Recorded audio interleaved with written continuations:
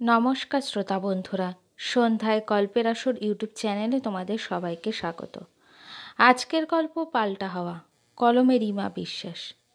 আজ প্রায় 2 দিন হলো ঘরে চাল নেই, আটাও না। মন্টুর দোকানে মুড়ির প্যাকেট কিনতে গিয়েও ফিরে আসতে হলো। হাতে যা টাকা ছিল তাতে 1 প্যাকেট মুড়ি হবে না। খোলা মুড়ির চাইতে মন্টু এমনভাবে তাকালো যেন টাকা না দিয়ে এমনি এমনি মুড়ি নিয়ে আসবে সুরমা। টাকা না দিয়ে ধারে যে এর আগে জিনিস নেয়নি তা নয়, বার কয়েক ধারে নিয়েছে মুড়ি, পরে টাকা শোধ করেছে। কিন্তু মন্টু বলে 1 দফার ধারটা নাকি শোধ করা হয়নি। দোকানে গেলে আগে দেখে হাতে টাকা আছে কিনা, তারপর মুখের দিকে তাকায় খরচ চোখে। আজ আর দাঁড়িয়ে থাকতে পারেনি সুরমা। হাতে মাত্র 5 টাকা। 5 টাকাটা ঘুরিয়ে ফিরিয়ে দেখে দেওয়ালের তাকের ঝাঁপিতে রেখে দিল সুরমা। দিনেশ বিছানায় শুয়ে মুখ দিয়ে লাল গড়াচ্ছে। শীর্ণ হাতটা মুখের কাছে বেঁকে রয়েছে দয়ের মতন, চোখ দুটো সিলিংয়ে। 2 দিন না খাওয়া ছেলেটা খিদে পেলেও ও গোঙায়, বলে আ আ খিদে। কিন্তু 2 দিনের অনাহারে ওর গোঙানির শক্তিটাও লোপ পেয়েছে। কেন যে হলো এমন ছেলেটার? জন্ম থেকে তো এমন ছিল না। কারখানায় কাজ করতে গিয়ে হলো এই বিপত্তি। কোথাকার কোন মেশিন কন্ট্রোল হারিয়ে এসে পড়ল ওর ঘাড়ে। ছেলে পড়ে রইল হাসপাতালে। মাথার একটা অংশ বিকল হলো। কোম্পানির ঘর থেকে সে সময় কিছু টাকা দিয়েছিল ঠিকই, কিন্তু তাতেই বা কদিন। তখন তো দিনেশের বাবা পরেশও কাজ করত, বড়বাবুর দপ্তরে খাতা লেখার কাজ। কিন্তু এখন রিটায়ার করেছে। কিছু টাকা সে সময় পেয়েছিল, কিন্তু অভাবের সংসারে ওই পুঁজিতে পেট চলে 3জনার। যেখানে তাগড়াই ছেলেটা বিছানায়। সুরমা ঠিক করেছিল রান্নার কাজ নেবে, কিন্তু রাজি হয়নি পরেশ। বলেছে যতই হোক তুমি ভদ্রবাড়ির বউ, দাদা অবস্থাপন্ন, তারা ছেলেরা লায়েক, সেখানে তোমার রান্নার কাজ করা নেওয়া কি ঠিক? রেগেই ফোঁস করে উঠেছিল সুরমা সে কথা শুনে। ওরা কি আমাদের সংসার চালাতে আসছে? তা নাই বা এলো, কিন্তু আমাদের ফ্যামিলিতে কেউ কখনো লোকের বাড়িতে কাজ করেনি। তবে কি পেটে গামছা বেঁধে থাকবো? শুনে মাথা নিচু করে বসে থেকেছে পরেশ। রিটায়ারের পরে যে টাকা পেয়েছিল তার অর্ধেক গেছে দিনেশের চিকিৎসাতে। ছাদ দিয়ে টপ টপ জল পড়তো, কিছু গেছে ছাদ মেরামত করতে। এছাড়া নিত্যদিনের খরচ তো আছেই। হাতে তখন স্বল্প টাকা, তাতে মাস চলে না। পরেশ তখন বড় বাজারে এক দোকানে হিসেবে খাতা লেখার কাজ নিল। বয়সে ঝুঁকে গেছে, তবু রোজ যেতে কোন্নগর থেকে বড় বাজার। একটা টিফিন বাক্সে করে ভাতে জল ঢেলে নিয়ে যেত, সঙ্গে 1 দলা আলু সেদ্ধ। মোটামুটি চলে যাচ্ছিল, কিন্তু কপালে দুর্ভোগ থাকলে কি করার। বড় বাজার থেকে ফেরার পথে পা ভেঙে বসে রইল 2 মাস। এখনও হাড় জোড়েনি। ডাক্তার অপারেশন করতে বলেছিল, হয়নি। টাকা কোথায়? পা টেনে টেনে কোনো রকম এ ঘর ও ঘর করছে। এদিকে হাতে টাকা নেই, ভাড়ারে চাল নেই। একটা কিছু তো এবার সুরমাকে করতেই হবে। সেদিন রোষে বলেছিল ঠিকই, লোকের বাড়ি রান্না করার কথা, কিন্তু এখন নিজেরই কেমন অস্বস্তি হচ্ছে। ভদ্র বাড়ির বউ, অভাবী ঠিকই, তবু ভদ্র শিক্ষিত। এই বয়সে কেউ চাকরি দেবে না, কিন্তু রান্নার কাজ আর কার কাছেই বা বলতে যাবে পাড়ায়?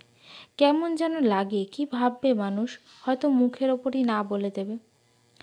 দরজায় কড়া নাড়ার শব্দে সুরমার চিন্তায় ছেদ পড়ল। দরজা খুলে দাঁড়িয়েছে।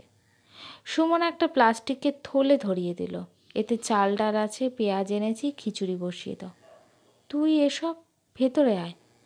সুমন ঘামে জবজবে ঘরের কোণের একটা চেয়ারে এসে বসল। আজ রাত মনে হয় ঢালবে, যা গরম পড়েছে।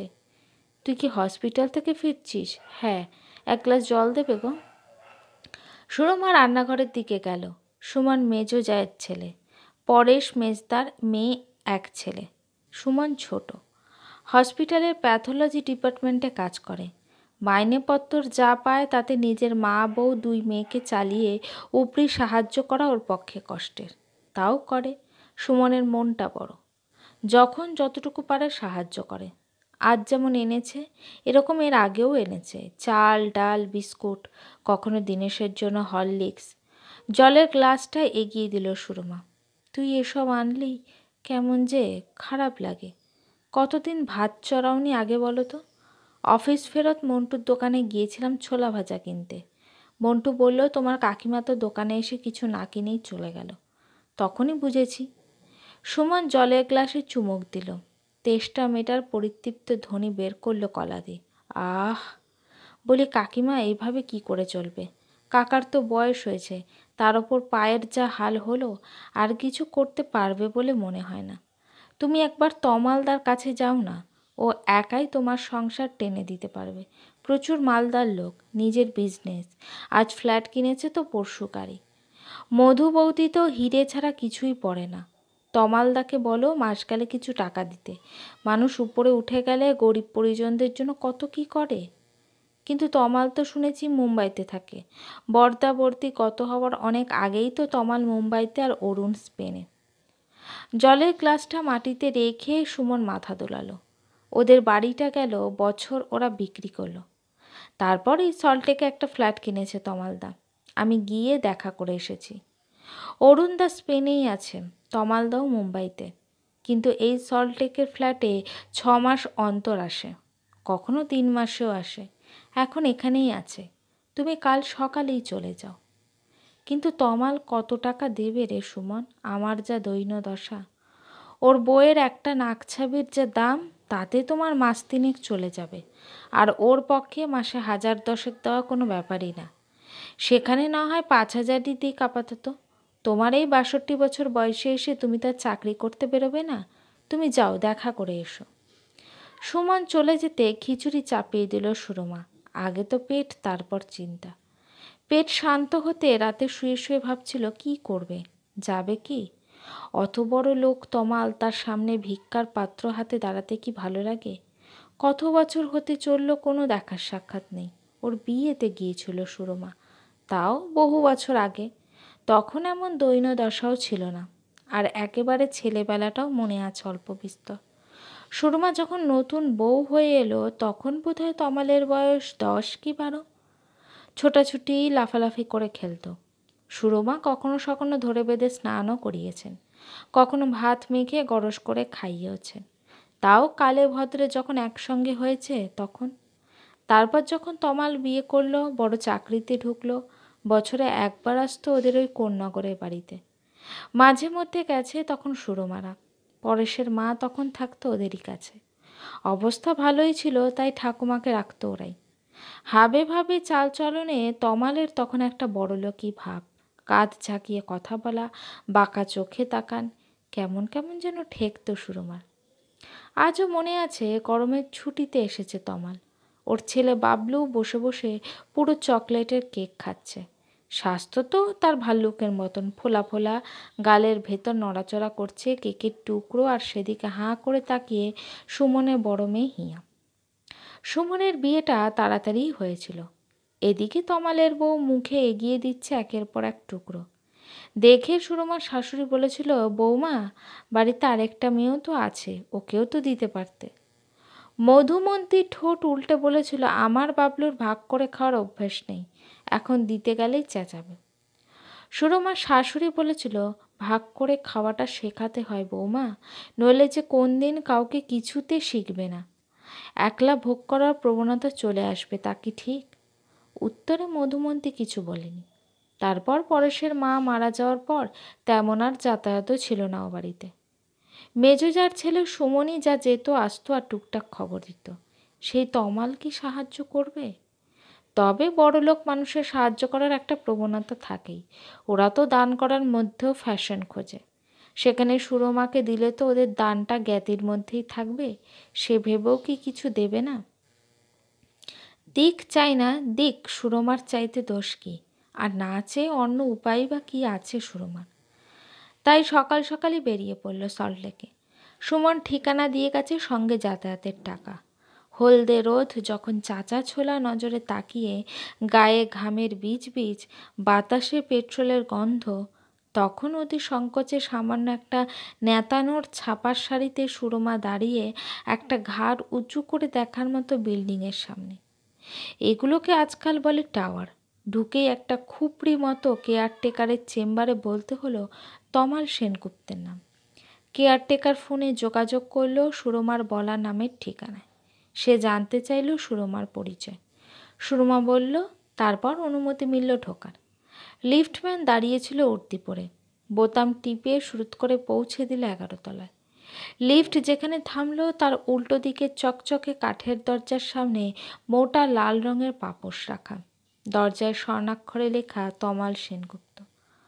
দরজার পাশের বেলটা টিপল সুরমা। দরজা খোলার সঙ্গে সঙ্গে কুকুরের তীব্র চিৎকার ঝাঁপিয়ে এলো। এলোমেলোভাবে ডেকেই চলেছে সে। দরজা খুলেছে তমালি, শর্টস পরা, গায়ে হাউস কোট, কিন্তু বেল্ট খোলা, তাই ঝুলে পড়া বুক আর ফুলে ওঠা পেট উন্মুক্ত, চুল ছাঁটাই করা ঘাসের মতো, উকি মারছে সাদা কালো রেখারা। দরজা ছেড়ে সরে দাঁড়ালো তমাল। এসো এসো, ভেতরে এসো। এসি বাড়ি, মেঝেতেই নিজের মুখ দেখা যায়। ঘরের ভেতর পেতলের টবে সাজানো বড় বড় শৌখিন গাছ। দেওয়াল চোরা অ্যাকোরিয়ামে সাঁতরে চলেছে নীল লাল মাছ। সুরমা ওর ছেঁড়া চটিটা বাইরে ছাড়তে যাচ্ছিল। তমাল বলল, ভেতরে রাখ। সেই তো অমন ছেঁড়া জুতো ওই ঝকঝকে দরজার বাইরে কি আর মানায়? নিজেকে যে বড্ড বেমানান লাগছে এত শৌখিনতার মাঝে। এসির এত ঠান্ডার তো অভ্যাস নেই, তাই শীত করছিল সুরমার। শাড়ির আঁচলটা গায়ে টেনে নিল ভালো করে। নরম জ্যালজ্যালে শাড়ি। এখন মনে হচ্ছে পাড়ার সুস্মিতার কাছ থেকে একটা শাড়ি চেয়ে নিলে ভালো হতো। ববকার চুলের মধুমন্তী এসে বসল সোফায়, মাখা ময়দার মতন শরীরটা। থপ করে এসে যেন সোফায় পড়ল। কোনো গড়ন নেই, একটা দলা। সুরমার চোখটা গিয়ে পড়ল ওর নাকছাবিতে, চিকচিক করছে। এইটাই বোধহয় বলেছিল সুমন। সুরমার 3 মাসের খরচ। কাকিমা তুমি হঠাৎ? অলস গলায় প্রশ্ন করল মধুমন্তী। পাশে বসা তমাল পায়ের ওপর পা চড়িয়ে নাচাচ্ছে, মুখ গম্ভীর। গায়ের আঁচলটার একটু টেনে সুরমা বলল, এসেছিলাম একটু দরকারেই, মানে ওদের দুজনের মুখের দিকে তাকালো সুরমা। তমাল গম্ভীর, মধুমন্তী যেন বিরক্ত। এখন কি বলবে? সুরমাও কি টাকার জন্যই এসেছে? কিন্তু দিনেশটা না খেতে পেলে যে মুখেও বলতে পারে না, তাকিয়ে থাকে সিলিংয়ের দিকে। দিনেশের বাবা এ বয়সে কোথায় যাবে রোজগারে? সুরমাই বা কী করবেন? কার বাড়ি যাবেন ঝিগিরি করতে? বলেই ফেলল সুরমা, টাকার জন্য এসেছিলাম তমাল, বড় কষ্টে আছি। আমাকে আমাকে যদি কিছু টাকা দিয়ে সাহায্য করতে। কত দিতে হবে? তমাল গম্ভীরভাবে বলল। সুরমার ঢোক গেল। কত দিবি? এই ধর, মানে তোর যেমন সুবিধা হয়। 1000। 1000? আমি যে তোর কাছে বড় আশায় এসেছিলাম তমাল। আগে তো জানতে চাইলাম কত চাই। তোর কাকা গত 3 মাস ধরে শয্যাশায়ী, এরপরেও কাজে যেতে পারবেন বলে মনে হয় না। দিনেশটার তো জানিস কি অবস্থা, আমি একা। তমাল তো দান ধ্যান প্রচুর করে। পাশ থেকে বলল মধুমন্তী, এই তো কিছুদিন একটা বৃদ্ধাশ্রমে 10,000 টাকা ডোনেট করেছ, তা তুমি বলো তোমার কত লাগবে? আহ! তমাল হাত তুলে বিরক্ত হয়ে থামালো মধুমন্তীকে। যা বোঝো না তা নিয়ে কথা বলো কেন? সুরমার দিকে ফিরে তমাল বলল, দেখো কাকিমা, তোমাদের 3টি প্রাণীর দায়িত্ব আমার পক্ষে তো নেওয়া সম্ভব না। তোমাকে আমি 1002 দিতে পারি, এর বেশি কিন্তু আশা করো না। সুরমা মাথা নিচু করে রইলে। এই চা ফা কিছু দেখো না হয় কি না? তমাল বলল মধুমন্তীকে। কি আশ্চর্য, রমলার মা তো জানো ছুটিতে, আমি এখন মধুমন্তী ঝেঁঝে উঠল। না না, থাক থাক, বলল সুরমা, আমি বরং উঠি। যাবে? ও দাঁড়াও। তমাল পাশে বসা মধুমন্তীর দিকে তাকালো। এই তোমার কাছে দুটো 500 হবে? আমি? আতকে উঠল মধুমন্তী। আহ দাও না, পরে দিয়ে দেবো। তুমি কি বলো তো? থাক। বেশ জোরেই বলল সুরমা। আমি তোদের কাছে ভিক্ষা চাইতে আসিনি রে তমাল। তোর মেজো কাকার ছেলে সুমন। সুমন বলল কাকিমার তমালদার কাছে যাও, ও অনেক টাকার মালিক, ও নিশ্চয়ই নিজের পরিজনের দুরবস্থায় এসে পাশে দাঁড়াবে। আমরা একই পরিবারের লক্ষ্মী না? কিন্তু এখানে এসে দেখলাম তোর মতন গরিব এই ধরাতলে দ্বিতীয়টি নেই। মা কাকিমাকে দেখে যে সসম্মানে প্রণাম করতে হয় তার জ্ঞান পর্যন্ত হারিয়ে ফেলেছিস তুই। আর আমাকে তুই করবি সাহায্য? তোর তো সে অকাত নেই, বুঝলি? তোর সে ক্ষমতাও নেই। তুই একটা হতদরিদ্র। ব্যাস। মেঘ গর্জন স্বরে তমাল দাবড়ে উঠল। আমার বাড়িতে এসে আমাকে ধমকাচ্ছ? ধমক? হ্যাঁ, ঠিকই বলেছিস। বড়রা ছোটদের ধমক দেয় ঠিকই, কিন্তু মানুষের ক্ষেত্রে হয়, অমানুষের ক্ষেত্রে নয়। ছেলেবেলার কথাটা সব ভুলে গেছিস। অন্ত মানবিকতার কথাটা মাথায় রাখতি। যার বাড়িতে পঙ্গু একটা জোয়ান ছেলে আর অসুস্থ বৃদ্ধ পড়ে সে বাড়ির মহিলা কতটা অসহায় হলে কারোর কাছে টাকা চাইতে ছুটে আসতে পারে। সুরমার শেষের কথাগুলো বলতে গলা বুঝে আসছিল, চোখ জ্বালা করছিল। আঁচলের খুঁটে চোখের জল মুছে সুরমা বেরিয়ে এলো ওদের বাড়ি থেকে। পিছনে তমালের চিৎকার ছুটে ছুটে আসছে, খেতে পায় না অথচ তেজ আছে।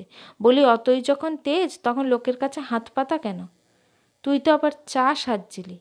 আরে যত সব উটকলক, মাথাটা গরম করে দিল। কথাগুলো হামলা করে চলেছে ইট পাটকেল ছোড়ার মতো। অবিরাম বর্ষণ হচ্ছে। সুরমা নিরস্ত্র, এখনো ছুটে ছুটে আসছে বাক্যরা তেড়ে ফুড়ে। সুরমা কাঠের চৌকির ওপর ছেড়ে ছেঁড়া চাদরে শুয়ে। সুমন যা চাল দিয়েছিল তাতে আজ হয়ে যাবে 3 জনের। কিন্তু কাল? এক এক সময় মনে হয় দিনেশের গলা টিপে মেরে পরেশ আর নিজে বিষ খেয়ে নেয়। রাত ঘন হলে ভাবনাটা রোজই ভারী হয়ে মাথার ওপর বিছিয়ে যায়। কিন্তু সুরমা পারে কই। তবে এবার দরজায় টকটক শব্দ ওঠে, সুরমা উঠে বসলেন। রাত 8টা হবে। তবে কি সুমন এলো? বিছানা থেকে নেমে দরজা খুলেছেন। দরজার ওপাশে সুমন দাঁড়িয়ে, সঙ্গে একটা লোক, কালো মোটা বেটে, মাথায় টাক। ইনি কাবুল দস্তিদার। সুমন পাশে দাঁড়ানো ভদ্রলোককে দেখিয়ে বলল। দরজা ছেড়ে দাঁড়ালো সুমনা। সুমনটা কাকে ধরে আনলো কে জেনে। ছেলেটাও পারে, তবু তো কেউ আছে যেভাবে বয়স্ক কাকা কাকিমার কথা। কিন্তু স্বার্থ আছে ওর। তবু ভাবে যে গোল গোল চেহারার মাজা রঙের সুমনের দিকে তাকিয়ে দেখলে সুরমার ছেলেটার মুখময় মায়া। ভালোও আছে এই সংসারে। সুমন হাসছে। এবার পায়ের ওপর পা তুলে দিন কাটাবার টাইম এলো কাকিমা। পায়ের ওপর পায়ে তুলেই তো আছি রে, কাজটার কি আছে আমার? কাজের আর দরকার নেই, এবার মাল গুনবে মাল। মানে? সুরমা ভুরু কুচকালো। কাবুলদা হলেন প্রমোটার। তোমাদের বাড়ির ওপাশে আর একটা বড় পুরনো বাড়ি রয়েছে, একেবারে ঝরে পড়ার দশা। জমি তেমন নেই, এই 2 কাঠা মতন। এদিকে তোমাদেরটাও ওই রকম 1.25 কাঠা মতো হবে। তাই উনি বলেছেন 2টো বাড়ি পেলে মোটামুটি 4 কাঠার ওপর একটা বড় ফ্ল্যাট তোলা যাবে। তোমরা 2টো বেডরুম একটা ফ্ল্যাট পাবে, সঙ্গে ক্যাশ। কাবুলদা আমাদের হসপিটাল মেডিকেল স্টোরে ইনচার্জ, শ্যামলদার নিজের বর্দা। খুব ভালো মানুষ, তোমার কোনো অসুবিধা হবে না। আমার সঙ্গে কথায় কথায় এই বাড়ির ব্যাপারটা বেরিয়ে এলো। কাবুলদা বলেছিল যে ওই বাড়িতে হাতই দেবেন না, ওইটুকু জমিতে কি হবে। ওইদিকে ওই বাড়ির মালিকও খুব ধরেছে, তখন আমি এই প্রস্তাবটা পারলাম। কি ঠিক আছে তো? সুরমা নিজের কানকে বিশ্বাস হচ্ছিল না, বুক কাঁপছে, শরীর জুড়ে যেন তুফান নামলো। বলল, তোর ভালো হবে রে সুরম। আরেকটা কথা। সুমন হাসছে। কি? তমালদার মাথায় তো বাজ পড়েছে। মানে? একটু আগে আমায় ফোন করেছিল, বলল তুমি গিয়েছিলে কিন্তু কথা কাটাকাটি হওয়ায় চলে এসেছে। তোমাকে যেন আমি একবার ওদের ওখানে যেতে বলি। সে কি রে, ওরা তো আমাকে প্রায় দূর দূর করে তাড়িয়ে দিল। তাই নাকি? ও, তবে ধর্মের কর বাতাসে নড়ে। আমি ওর কথা কাটাকাটিতে ব্যাপারটায় কিছুটা আন্দাজ করেছিলাম। আমাদের কাকিমা তো তেমন লোক নয়, বিপদে পড়ে সাহায্য চাইতে গিয়ে কথা কাটাকাটি করবে। তা আমি ভাবলাম তোমাকে বলবো যাওয়ার কথা। তখন আমি হসপিটালে হঠাৎ দেখি অরুণ ফোন করছে। কি ব্যাপার? বলে কিনা সুমন একটা ভালো দেখে উকিল দেখ দাদাকে পুলিশ ধরেছে। পুলিশ? শুনে আঁতকে উঠল সুরমা। সব নাকি কালো কারবারি, ভিজিলেন্সের লোক এসে ধরে নিয়ে গেছে। এখন সে গারদে। এদিকে আমাকে যখন ফোন করেছিল, মানে ওই দুপুরের দিকে, তখন নাকি বৌদি, মানে তমালদার বউ, বাথরুমে স্লিপ কেটে পড়ে হিপ বোন ফ্র্যাকচার হয়ে গেছে। ওদের তখন ইমিডিয়েট একটা কাজের লোকের দরকার হয়ে পড়েছিল, তাই তোমার তলব করছিল আর কি। তা এখন বোঝো অবস্থা। তমালদা জেলে জামিন পাবে হয়তো, কিন্তু ঝুলে পড়ল তো একটা ঝামেলায়। এসব প্রপার্টি তো গভর্নমেন্ট সিল করে দেবে। এদিকে বৌদির এখন কি অবস্থা, ভালো নার্সিংহোমে রেখে চিকিৎসা করাতে পারবে কি না কে জানে। যাকগে, আজ উঠি গো। আমি কাবুলদাকে তোমাদের কথা বলেছি, কাবুলদা 1,050,000 টাকা দেবে, অ্যাডভান্স দিয়ে যাবে। তারপর ফ্ল্যাট বুক হয়ে গেলে পাবে পুরোটা। আমি কি অত বুঝবো সুমন? তুই যদি... হাত তুলে সুরমাকে থামালো সুমন। আছি, আজ চলি। আমাকে কি একবার ওখানে যেতে বলছিস তুই? যাবে? তা যেতেই পারো, মানুষের বিপদে কি আর বিচার করলে চলে? সুমন চলে গেল। সুরমা দিনেশের বিছানার কাছে এসে বসেছে। আঁচল দিয়ে ছেলের মুখ বেয়ে গড়িয়ে পড়া লালা মুছে দিল। অসহায় মানুষের নিরুপায়তার কথা সুরমার মতন আর কে বোঝে। সুমনটা তো ধর্ম, ছায়ার মতো ঘুরঘুর করে, সবসময় মনে করিয়ে দেয় কর্ম আর ধর্মের ব্যালেন্সের কথা। ও হয়তো চিরটাকাল অমনই থাকবে, ভালো মানুষেরা যেমন হয়। আর সুরমাও কাল যাবে তমালদের বাড়িতে। দরকার যখন হাত পাততে গিয়েছিল, তখন বিপদে ওদের মাথায় হাত রাখতে যাবে না। এখন সুরমার সময় বদলাচ্ছে হয়তো, কিন্তু সময় বদলানোর সঙ্গে কি আর মানুষ বদলালেও চলে? তবে যে সুরমাকেও তমাল হয়ে যেতে হয়। গল্পটি কেমন লাগলো অবশ্যই আমাকে কমেন্ট করে জানিও। আর আমার চ্যানেলের গল্পগুলো যদি তোমাদের ভালো লেগে থাকে, চ্যানেলটিকে সাবস্ক্রাইব করে পাশে থেকো।